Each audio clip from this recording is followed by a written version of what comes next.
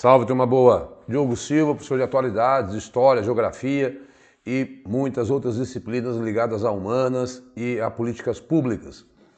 Semana de 24 a 31 de julho, aula muito importante. Vamos abordar dois grandes problemas internacionais. Óbvio que existe o lado de olharmos sempre também para as questões nacionais, mas o cenário nacional está sendo a cobertura da imprensa nessa última semana está residindo muito na cobertura das Olimpíadas, né? O Congresso em recesso, então votações, leis, tal, é meio que uma férias política, férias das ações políticas aí, né? E isso acaba trazendo poucas notícias de Brasil. Mas não é só por isso, não. Eu achei melhor também nessa aula que a gente olhasse muito para o que está acontecendo na Venezuela e no Oriente Médio. Então, eu me preocupei muito em detalhar esses fatos a vocês, até porque eu não tenho uma resposta final. Parta do princípio que nós gravamos aula semanalmente e semanalmente eu peço que você assista aos vídeos porque os fatos vão escalando, vão evoluindo e é preciso, sim, ter essa dimensão dessa disciplina.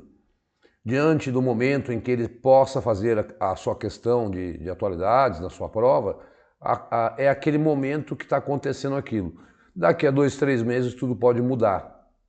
E aí uma nova questão será feita. Daí o dinamismo e essa oportunidade que o Vencendo Concursos nos dá, a mim, professor, de trabalhar e de vocês de terem gratuitamente acesso a essas aulas semanais, entendendo essa disciplina nesse contexto, tá? Então essa explicação eu acho fundamental, porque pode ser que eu venha gravar semana que vem desfalando tudo que eu falei hoje, mudou tudo. Em atualidades é assim. Por isso a importância dos livros, porque quando eu faço os meus livros de questões, que o meu coordenador Cristiano me permite divulgar aqui, que são livros pessoais meus, eu vou datando as questões e os fatos. E o aluno vai acompanhando, olha, nesse período que estava acontecendo isso, nesse período que estava acontecendo isso, a minha prova vai até aqui. Então, fique até o final, por favor, divulgue o nosso trabalho, faça um comentário, dê um like, divulgue pra gente, porque isso é muito importante. Vamos lá que tem muita coisa para falar, tá? Deixa eu ficar pequenininho. Diogo, quero saber como eu entro em contato com você para adquirir as apostilas. São verdadeiros livros apostilas, porque as questões são provocações e os comentários tem uma página. Cada último livro, que eu lancei dia 10 de julho, tem 116 páginas. Então, são temas comentados, 50 de Brasil e 50 de mundo, onde eu vendo a R$25. E como é que faz? Manda um WhatsApp para mim, né? Se agora o celular está desligado, por respeito à aula, e ali a gente conversa. Não é pedir para ser meu amigo no WhatsApp, é mandar uma mensagem. Isso a gente pode mandar mensagem sem adicionar ninguém, né? E segue a gente lá no Instagram, porque sempre eu publico notícias. Se você me segue, você já sabe que lá tem notícias. Se você não me segue ainda, você vai perceber que todo dia tem uma notícia nova. Vamos lá. Para o seu controle, semana de 24 a 31 de julho, tivemos 5 semanas, né? Em julho, 5 quartas-feiras. Primeira notícia. Gente, olha aí, ó. Essa é a típica questão, virou já uma questão para o próximo livro, que vai demorar para terminar, o livro 20, por isso que eu falo, vai adquirindo, porque não fica esperando o último, porque eu não sei como as notícias vão me dar. Tem época que eu demoro 3 meses para formar um livro. Ministério confirma morte por febre oropouche na Bahia. É a primeira vez que casos fatais da doença são registrados no mundo. 2 mulheres do interior da Bahia com menos de 30 anos sem comorbidades. É um mosquitinho lá chamado Marium, né? Ou mosquito pólvora, que é 25 vezes menor do que o mosquito do Aedes aegypti, né? Aedes aegypti, né?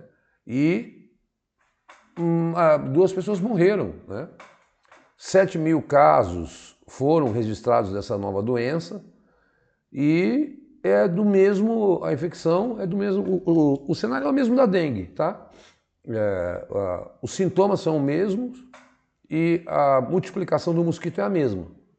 Então, assim como a Zika e a chikungunya, agora temos mais um para compor esse repertório transmitido, só que por outro mosquito. E agora com casos fatais, tá? Sintomas, está lá escrito, semelhantes a um quadro de dengue grave. São os primeiros casos no mundo que se tem notícia. Gente, esse é o tipo de notícia que você tem que guardar no bolso do colete, tá? Febre Oropoche. Olha, existe uma comissão de anistia que funciona no Brasil e ela pediu perdão aos imigrantes japoneses pela perseguição durante a Segunda Guerra Mundial. A comunidade nipônica alega que foi perseguida e torturada durante o governo de Getúlio Vargas, especialmente no Estado Novo de 37 a 45 e Dutra, que governou o Brasil de 46 a 50. Bom, essa perseguição tinha a ver com o alinhamento do Brasil na Segunda Guerra Mundial aos aliados. O Brasil entrou na guerra e participou ao lado dos Estados Unidos, França e Inglaterra, contra o eixo que era Itália, Alemanha e Japão. Alemães também foram perseguidos no Brasil. Lá na cidade que eu nasci, em Pindamonhangaba, inclusive havia um campo, um certo campo de concentração alemão, onde eles ficavam confinados numa fazenda, tá? E japoneses foram perseguidos no Brasil e houve esse pedido de perdão. Afinal de contas, o Brasil é o país que tem mais japoneses fora do Japão. Então é uma reparação histórica, tá? Isso foi pedido pela Associação Kenjin do Brasil e o governo brasileiro, então, essa comissão da anistia, pediu perdão aos japoneses por ter feito isso historicamente. Mas naquela época era assim que o mundo funcionava. Se você estava do outro lado da guerra, você era perseguido no país em que você vivia, né? Então, japoneses foram perseguidos nos Estados Unidos, foram perseguidos na Inglaterra, alemães foram perseguidos nos Estados Unidos também, tá? Só para você entender. Era aquilo que se pensava naquele contexto, né? Então, como era um contexto bem bizonho, de conflito e de nazismo e de extremismo, aí veja o que o extremismo causa, hoje, né, em tempos de democracia, é natural que se peça essa reparação histórica. Obviamente que ninguém vai conseguir voltar no tempo e tirar a tortura de japoneses que sofreram aqui no Brasil. Mas é uma notícia bem positiva. Aqui eu coloquei, acho que eu consigo ficar, consigo. Eu coloquei essa notícia por dois motivos. Primeiro, que eu acho que é legal você saber ter esses dados, né? Quantos brasileiros vivem fora do Brasil? Cerca de 400 mil brasileiros foram morar no exterior o ano passado. Esses dados saíram essa semana, tá? Então o Ministério realizou um levantamento apontando que deixaram o país para morar no exterior. O crescimento mostra um aumento de quase 10% em relação a 2022, ou seja, mais brasileiros procurando melhores condições de vida lá fora. Principalmente porque o subemprego aqui é muito desvalorizado em relação ao subemprego lá fora. Um garçom aqui ganha 1/10 do que ganha um garçom lá fora. Um empregado da construção civil ganha muito menos, né? Então, há cerca de 5 milhões de brasileiros, e esse número é legal você ter em mente, mas não são refugiados. São brasileiros que foram, porque não há uma perseguição política declarada aqui no Brasil. Se há velada, a gente tem que desvendar, né? Como a Polícia Federal tem feito aí com a chamada BIM paralela, né? Mas vamos aguardar o julgamento para poder exatamente tirar uma conclusão. Então, há cerca de 5 milhões de brasileiros. E é legal saber que, depois dar um pause e olhar com calma onde é que eles procuram mais. É a América do Norte, é Estados Unidos e Canadá, né? Não acredito que no México pouca gente. A Europa, e nesse caso daí é Portugal, né? Na própria América do Sul, eu acho já aí a questão de trabalho mesmo, né? Porque o Brasil tem muitas empresas espalhadas pela América do Sul. Na Ásia, muito pouco, aí é a gente que vai morar no Japão, o Oriente Médio muito menos. Oceania, 50 mil, África, 37 mil, e na América Central, também 8 mil, aí deve ser coisa de parentesco de trabalho também, dado esse África, Oceania, Oriente Médio, serem pouco atraentes. Ah, mas a América do Sul também é. Pois é, mas como eu falei, essa coisa da empresa, o que é mais atraente, naturalmente, América do Norte e Europa, tá? Guardando aí os Estados Unidos e Portugal como os países que mais recebem brasileiros. Porque a gente sempre fala de refugiados que saem de outros lugares do mundo e nunca a gente deu uma aula sobre brasileiros saindo. Eu falei, poxa, olha, eu vou colocar essa notícia para o aluno ter uma dimensão, o aluno tem uma dimensão de como é também a saída daqui, né? Não só a saída de outros países. Qual é a proporção? Mas veja, não são refugiados, são migrantes, são pessoas que vão procurar, na maioria dos casos, melhores condições de vida, ou mesmo são deslocados por trabalho. Essa saiu hoje. Incertezas no cenário global e doméstico levaram decisão unânime do Copom, que é o Conselho de Política Monetária, por manter a taxa Selic. Sempre eu tenho pedido, solicitado que você saiba a taxa Selic, as duas últimas antes da sua prova. Porque eles gostam de cobrar, porque ela impacta na economia. Uma vez que essa taxa de juros, que não é os juros bancários, é os juros do Banco Central, daquele dinheiro que o Brasil toma emprestado, ela tem a intenção clara de conter a inflação. A inflação deu uma subida muito alta em junho, acima do esperado, tá?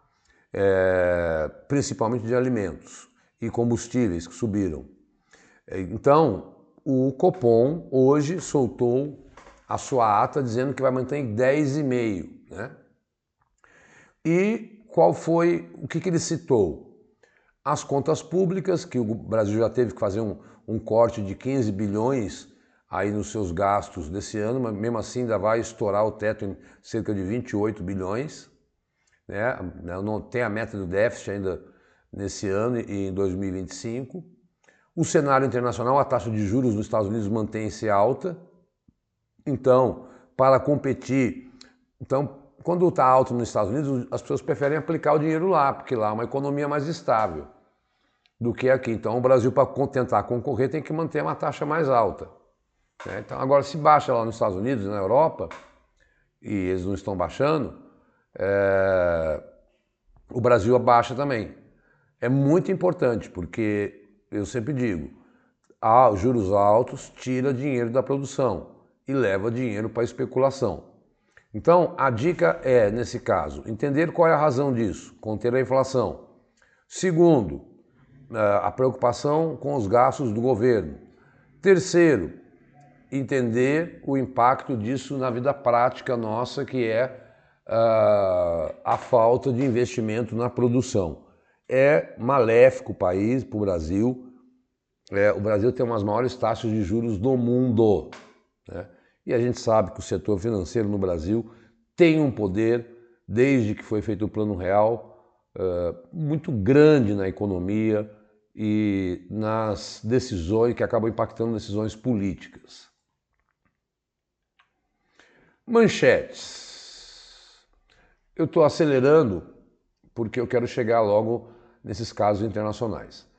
Olha, o secretário-geral da ONU pediu paz, trégua. Foi só um pedido, porque não adiantou nada, só pioraram as coisas durante as Olimpíadas. Porque quando havia Olimpíadas de 4 em 4 anos na Grécia Antiga, toda a guerra que existia entre as cidades e Estado gregas paravam, né? Porque os Jogos Olímpicos eram uma adoração aos deuses do Olimpo, tá? Então, ele tentou resgatar essa ideia lá da Grécia Antiga, mas, lamento, senhor Antônio Guterres, o mundo das armas é mais forte que o mundo dos jogos. Sobre as Olimpíadas, a gente depois vai fazer um balanço final dos destaques das Olimpíadas. Vamos ver algumas coisas. Cai direto. Eu estou fazendo questão toda hora, porque eles adoram perguntar sobre Olimpíadas, porque é um evento que ocorre de 4 em 4 anos, é um evento global, mexe com o mundo todo, então natural que eles perguntem.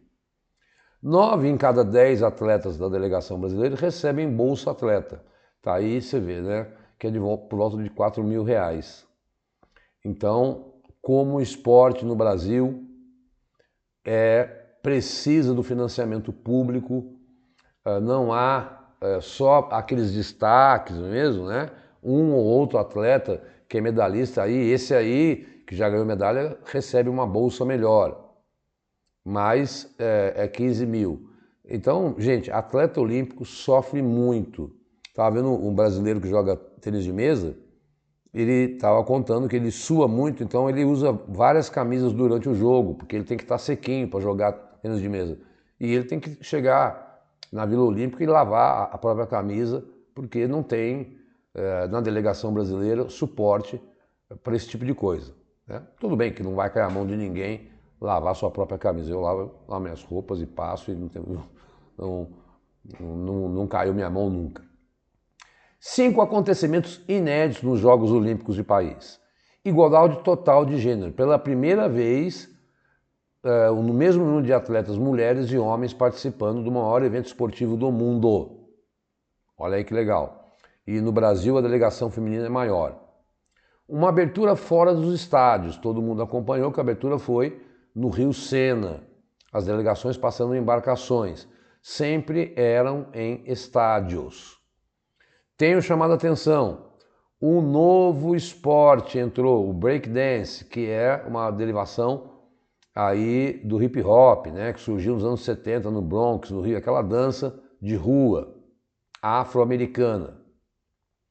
Kayak cross, também um outro esporte, slalom da canoagem, que estreou em Munique, a canoagem estreou em Munique, agora o cross, que é, digamos assim, pensa aí no bike cross, no cross mesmo de dificuldades, de barreiras com o caiaque, tá? Também um novo esporte. Eles gostam de perguntar. Olha que notícia linda. Jogos Olímpicos com eletricidade 100% renovável. Toda a energia utilizada, além da despoluição do Sena, que nós já comentamos, vai ser ou vindo de usinas ou solares ou eólica. É aquilo que a França se comprometeu a fazer nesses Jogos Olímpicos. Um belo legado e um belo incentivo a outros países. Cultura. Lençóis Maranhenses se torna patrimônio natural da humanidade, do mundo, segundo a Unesco. O parque tem 250 quilômetros, que está a 250 quilômetros de São Luís, onde foi filmada uma novela para quem é das antigas, O Clone. Foi criado há mais de 40 anos. Ele é o maior campo de dunas da América do Sul, com 150 mil hectares, 155 mil campos de futebol. Virou patrimônio. Nós temos outros, Chapada Diamantina, Atol das Rocas, Fernando de Noronha, também são patrimônios naturais da humanidade. Natural que o Brasil tenha, porque somos um país de uma beleza natural maravilhosa. Bom, essa notícia já é após a eleição. Muita gente contestando o resultado eleitoral na Venezuela. E eu vou detalhar já melhor isso. E aí, quem contestou, ele expulsou até agora 7 embaixadores.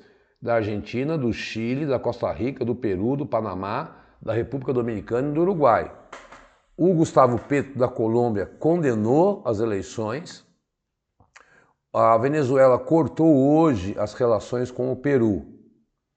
Após o resultado bastante polêmico, que a gente já vai comentar, que está gerando essa crítica mundial ao processo eleitoral venezuelano, uma série de protestos. Essa notícia é de um pouco antes de eu estar gravando essa aula, eu botei aqui, né? Eu faço a limpa, ou vou gravar, deixa eu olhar as últimas notícias, para que o aluno saiba que eu estou gravando na quarta-feira, dia 31, até de noite, eu cobrindo esse período.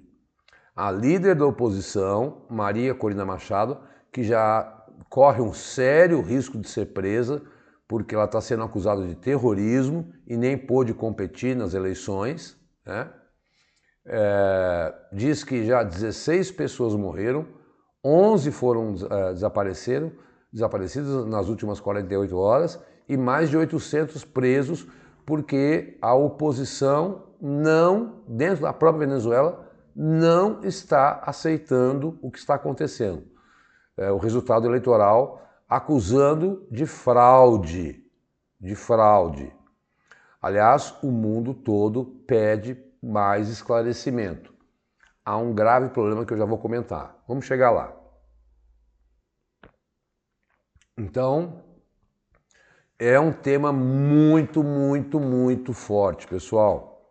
Essa aula eu podia ser só sobre a Venezuela, porque eu teria coisas para dizer. Mas como a coisa está andando ainda, eu vou ter que voltar a falar nela na próxima aula. Eu falei assim, melhor eu não fazer uma aula só agora sobre a Venezuela, porque dá a ideia que eu concluí o fato. Melhor eu ir com o andar da carruagem, colocando qual é o desenrolar desse problema. Porque se eu gravo uma aula só sobre a Venezuela, as eleições, o aluno de repente entende que eu assisti essa aula e aí estou pronto, já sei tudo sobre. Não, eu não acredito. Estamos num impasse e diante de um impasse, dentro da própria Venezuela, está aí o número de manifestantes mortos e presos. O resultado já foi proclamado oficialmente, porém o mundo todo não está aceitando. O mundo todo não, vários países não. Só quem aceitou foi China, Cuba, Coreia do Norte. Estão pedindo muito para o Brasil se posicionar. O Brasil não está bem em cima do muro, mas só ditadura. A Rússia, as ditaduras que a gente conhece no mundo que aceitaram o resultado. Mas vamos chegar e contar o que aconteceu. Mas não ficar só sobre a Venezuela, né? Imigração nos Estados Unidos pode aumentar a produtividade, melhorar o PIB e reduzir o déficit, diz estudo.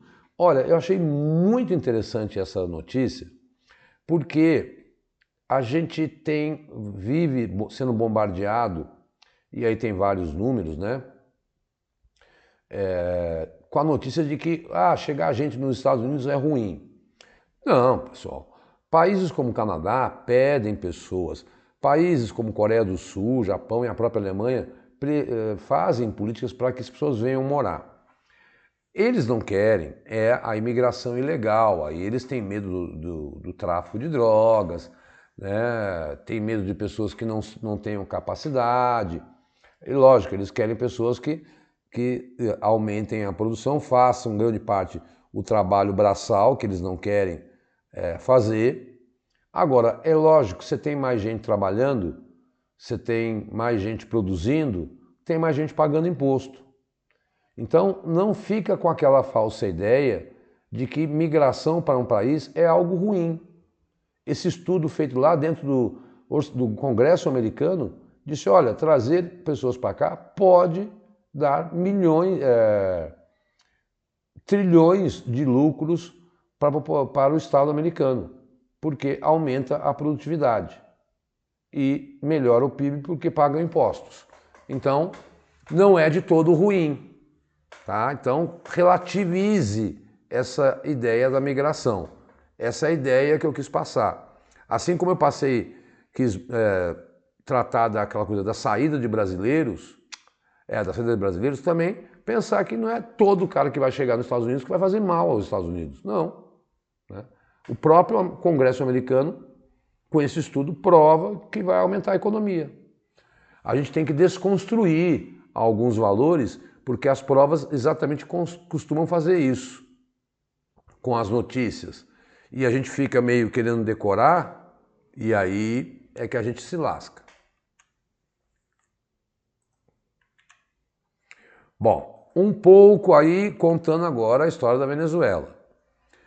A Venezuela fechou as fronteiras antes das eleições. E um voo do Panamá, que estava com uma comitiva de observadores, não pôde entrar. Tinham vários ex-presidentes de vários países sul-americanos que queriam acompanhar o processo eleitoral. As eleições foram no domingo. E na sexta-feira, a Venezuela fechou a fronteira. Por quê? Grande parte das pessoas que estão na Colômbia, no Peru e no Brasil queriam voltar para o seu país para votar na oposição ao Maduro. O que o Maduro, ditador, fez? Falou, não, vou fechar a fronteira, porque se esse pessoal volta e vota contra mim. Então, alguns aqui no Brasil até foram por uma rota clandestina e voltaram para votar. Olha que processo conturbado. O Brasil desistiu, depois que ele atacou as urnas eletrônicas brasileiras, o TSE desistiu de enviar observadores. Quem foi o Celso Amorim, que está pedindo as atas das eleições. Eu vou já fazer a análise. Olha, uma cena da abertura da Olimpíada que foi a cena mais polêmica. Flores no Rio Sena. Homenagem feita por argelinos durante a cerimônia de abertura das Olimpíadas. Então essa foi, junto com aquela história do quadro da Última Ceia, que está gerando muita polêmica, católicos criticando que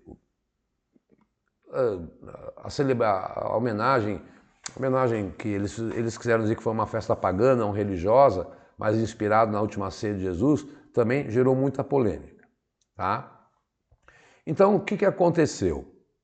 Diversos argelinos, que a delegação da Argélia foi para as Olimpíadas, jogaram flores no Rio Sena. O ato foi uma homenagem a compatriotas mortos na capital francesa em 1961, quando o país do norte da África era uma colônia da França.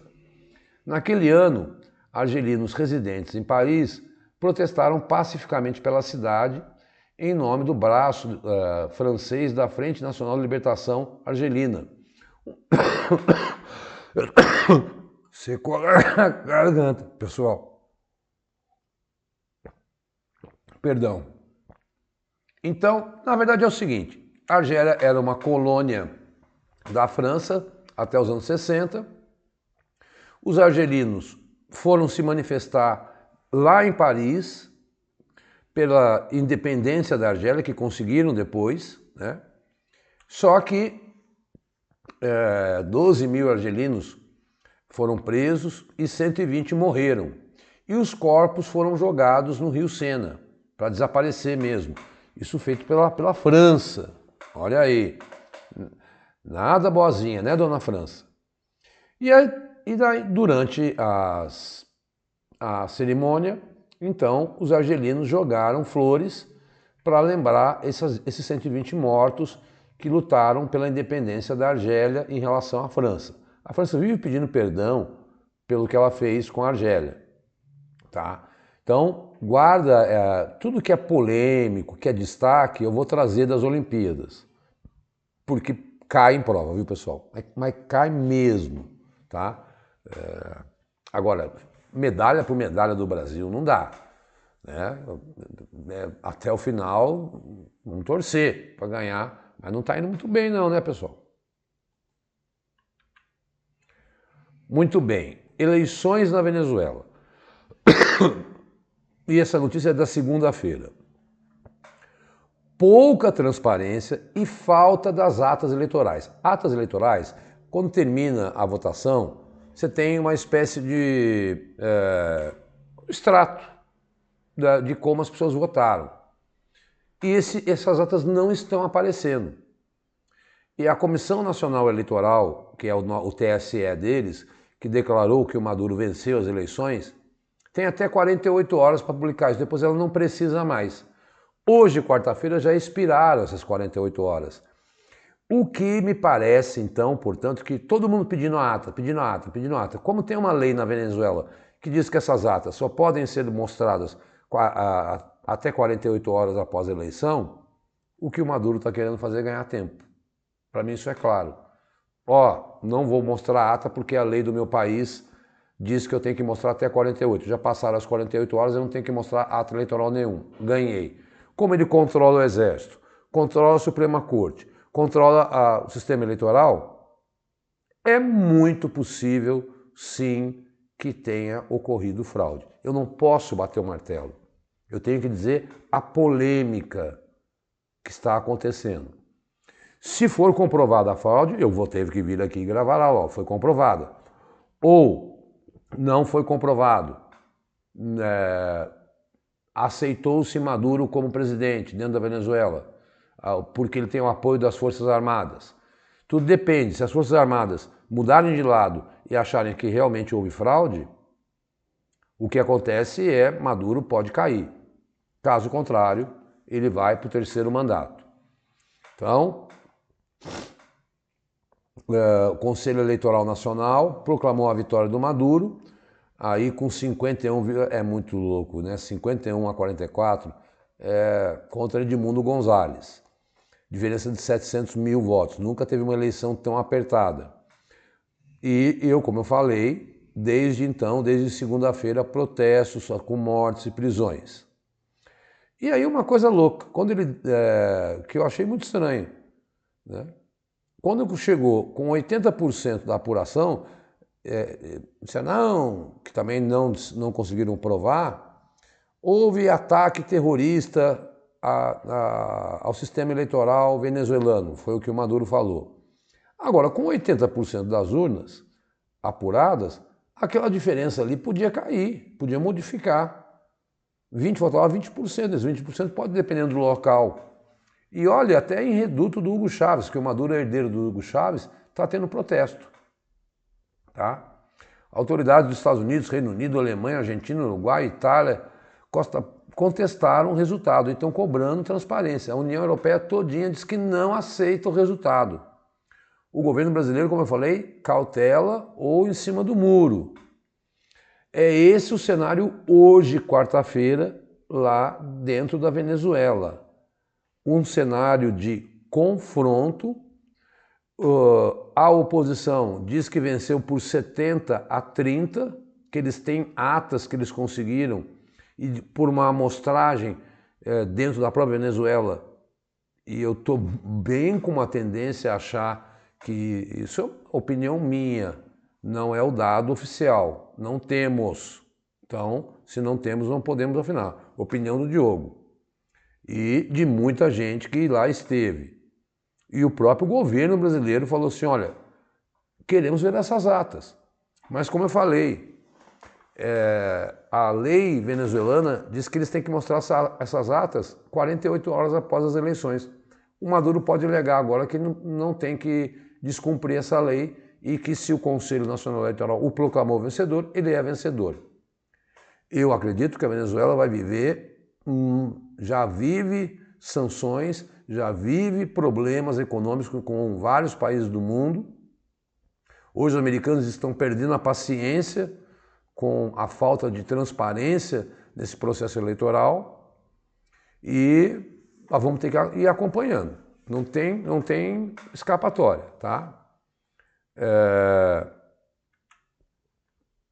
E aqui, Rússia, como eu falei, parabenizaram Maduro, tá? Foi um processo conturbado, como eu falei, ele não deixou que houvesse esse acompanhamento, falou um pouco antes, vocês lembram que se ele não ganhasse haveria um banho de sangue, e ele controla todo o poder estatal dentro da Venezuela e é bem possível que ele fique mais 6 anos no poder, completando 17 anos no poder e vai superar o próprio Hugo Chávez, que ficou 14 anos no poder. É uma ditadura, sim. Não temos outra palavra para definir a Venezuela. E não é qualquer país, pessoal. É a maior reserva, ou seja, onde se tem a maior quantidade de petróleo no mundo. Então, vamos acompanhando, tá? Vamos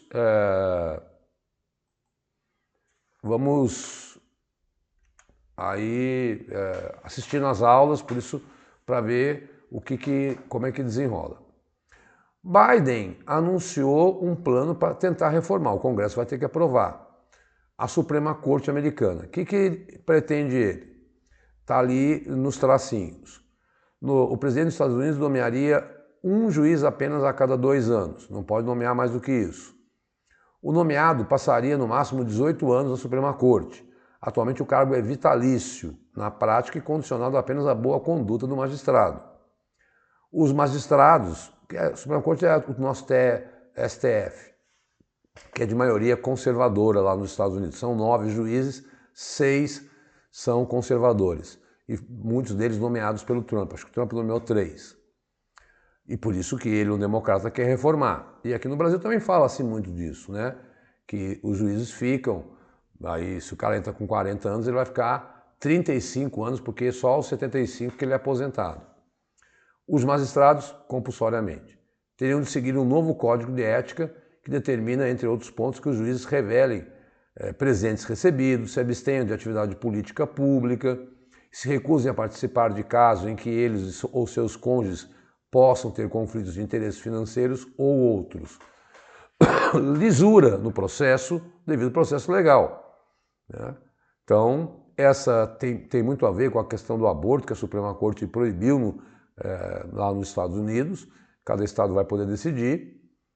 E tem muito a ver com a disputa política, que era até as eleições da Venezuela e até o problema no Oriente Médio, o grande tema das nossas aulas, né? Mas aí vem esses dois, vê como a atualidade é um bicho louco, né? Pois bem, em retaliação ao assassinato do chefe do Hamas, hoje o líder supremo do Irã ordenou ataque direto a Israel. Vai acontecer? Não sei. Ayatollah Khamenei instruiu membros do exército iraniano para preparar ataque a... Já vou explicar com calma o que aconteceu. O líder do Hamas, o chefe máximo, que negociava os acordos de paz, que morava no Catar, foi morto no Irã na noite de terça para quarta. Ele estava numa casa hospedado lá em Teherã, que é a capital do Irã, e ele e mais 20 chefes de Estado foram para a posse do presidente. Quando ele foi dormir, um míssil atacou e matou o chefe supremo do Hamas. Pois bem, Israel não assumiu esse ataque, mas o Irã, que é aliado do Hamas, entendeu que esse foi um ataque à sua soberania. E fontes declararam agora há pouco, hoje à tarde, ao New York Times, que esse ataque está ordenado pelo Irã. Ou seja, corremos um risco da guerra tomar proporções inimagináveis lá no Oriente Médio. É aquilo que eu falo, lamento, isso está acontecendo agora, vamos ter que acompanhar a Venezuela, você vai ter que assistir, quem está assistindo essa aula vai ter que assistir a aula da semana que vem e as próximas, porque eu não tenho um ponto final sobre a Venezuela, eu tenho reticências, eu não tenho um ponto final sobre o que está acontecendo no Oriente Médio. Deixa eu explicar. Israel, lá em 67, dominou uma parte da Síria chamada Colinas de Golã. E o Hezbollah, que é um grupo armado do Líbano, que apoia o Hamas e que é apoiado também pelo Irã, atacou uma escola e matou 12 crianças israelenses. Imediatamente, Israel atacou Beirute, que é a capital do Líbano, e matou o segundo líder do Hezbollah, piorando a guerra de Israel com o Hamas e a guerra de Israel com o Hezbollah, que é aliado do Hamas, são grupos extremistas. Tanto que a embaixada brasileira falou: saiam brasileiros do sul do Líbano. Pois bem, o vice-presidente Alckmin e 20 chefes de Estado foram para a posse do presidente do Irã, que não manda tanto como o chefe religioso. E assistiram à posse e tal. Inclusive o Alckmin esteve perto, bem próximo desse chefe do Hamas, que é o cara que ordena os ataques, que ordenou a morte dos 1.200 israelenses, etc. Mas é o cara que ele morava no Catar e ele que negociava a paz. Ele era visto como moderado, há pessoas mais extremistas dentro do próprio grupo. Ele foi assassinado no Irã ontem. Então mataram o vice-líder do Hezbollah no Líbano e mataram o líder supremo do Hamas no Irã. Israel assumiu aquele fato de lá, mas não assumiu o fato do Irã. Imediatamente o Irã se sentiu violentado e hoje, segundo fontes do New York Times, que a gente, tem que pegar a notícia do jornal, disse que o Ayatollah Khamenei, que é o chefe religioso, ordenou que o Irã atacasse Israel. Ou seja, é o pior momento desde outubro do ano passado, que começou o conflito entre Israel e o Hamas, de tensão no Oriente Médio. Agora, quando eu estou gravando, 7h19 da quarta-feira, está tendo uma reunião do Conselho de Segurança da ONU. O que vai acontecer no Oriente Médio? Não sei. Hoje, dia 31, é essa notícia que eu tenho que te dar. Tá?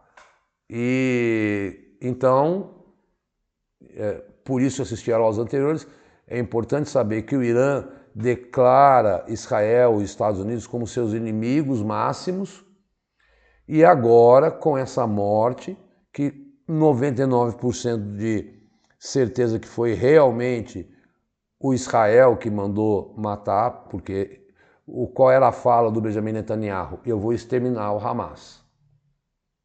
Tá aí, então, lamento não conseguir dar fatos conclusivos a vocês nesse momento, mas é o que acontece com atualidades.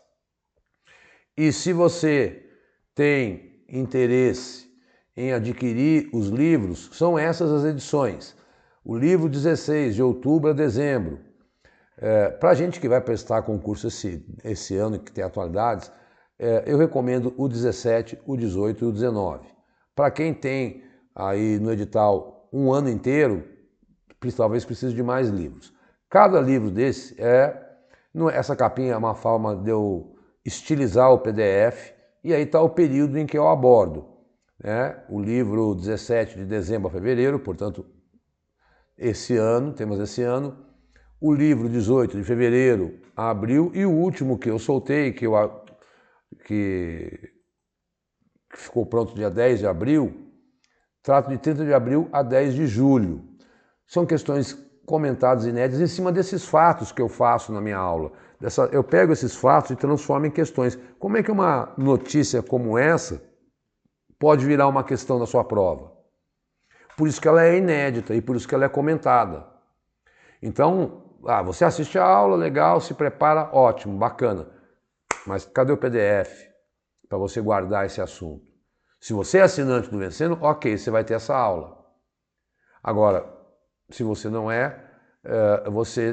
as questões são patrimônio meu, né? É pessoal.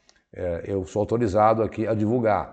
Então, tá aí o último livro, com 100 questões, 50 de Brasil, 50 de mundo. É só mandar um WhatsApp.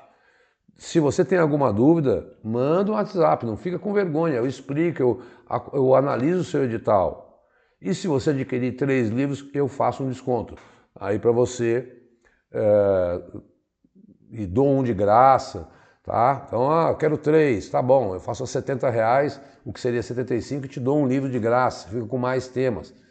para estudar atualidades. Aproveita essas promoções aí que podem te ajudar e a gente, assim, eu vendo livro quase todo dia. Então, se você não adquire, você está, assim, é um material muito legal, pessoal. Se você quiser conhecer, eu mando um livro antigo para você olhar, tá? Porque lá, no tiro no escuro, vou comprar uma coisa que eu não sei. Ok, compra um, veja como é que é. Se você me acompanha há muito tempo aqui, confia no meu trabalho e a gente sabe que assim, a gente tem mais de 1000 visualizações, não só no canal do YouTube, mas no próprio site do Vencendo. Poxa, a gente tem mais de 1000 alunos que acompanham a gente todo mês, toda semana. A gente não está aqui para brincar, não é para fazer propaganda. O livro vai te ajudar. Manda um WhatsApp para mim e também, ou não, também veja as aulas e entre em contato com o Cristiano, não fala que eu falei e pede desconto. Assina e veja a quantidade de editais analisados no Vencendo Concursos, esses são os endereços. Se você ainda não entrou no canal do Vencendo Concursos no YouTube, entre imediatamente e veja a quantidade de aula gratuita. Eu gastei muito tempo, então eu vou terminar porque realmente tivemos que abordar essa questão da Venezuela e a aula se estendeu um pouco, tá? Então, vou encerrar rapidinho. Tchau, tchau, pessoal. Até agosto aí com o desenrolar desse cenário, tá? Obrigado. Boa semana.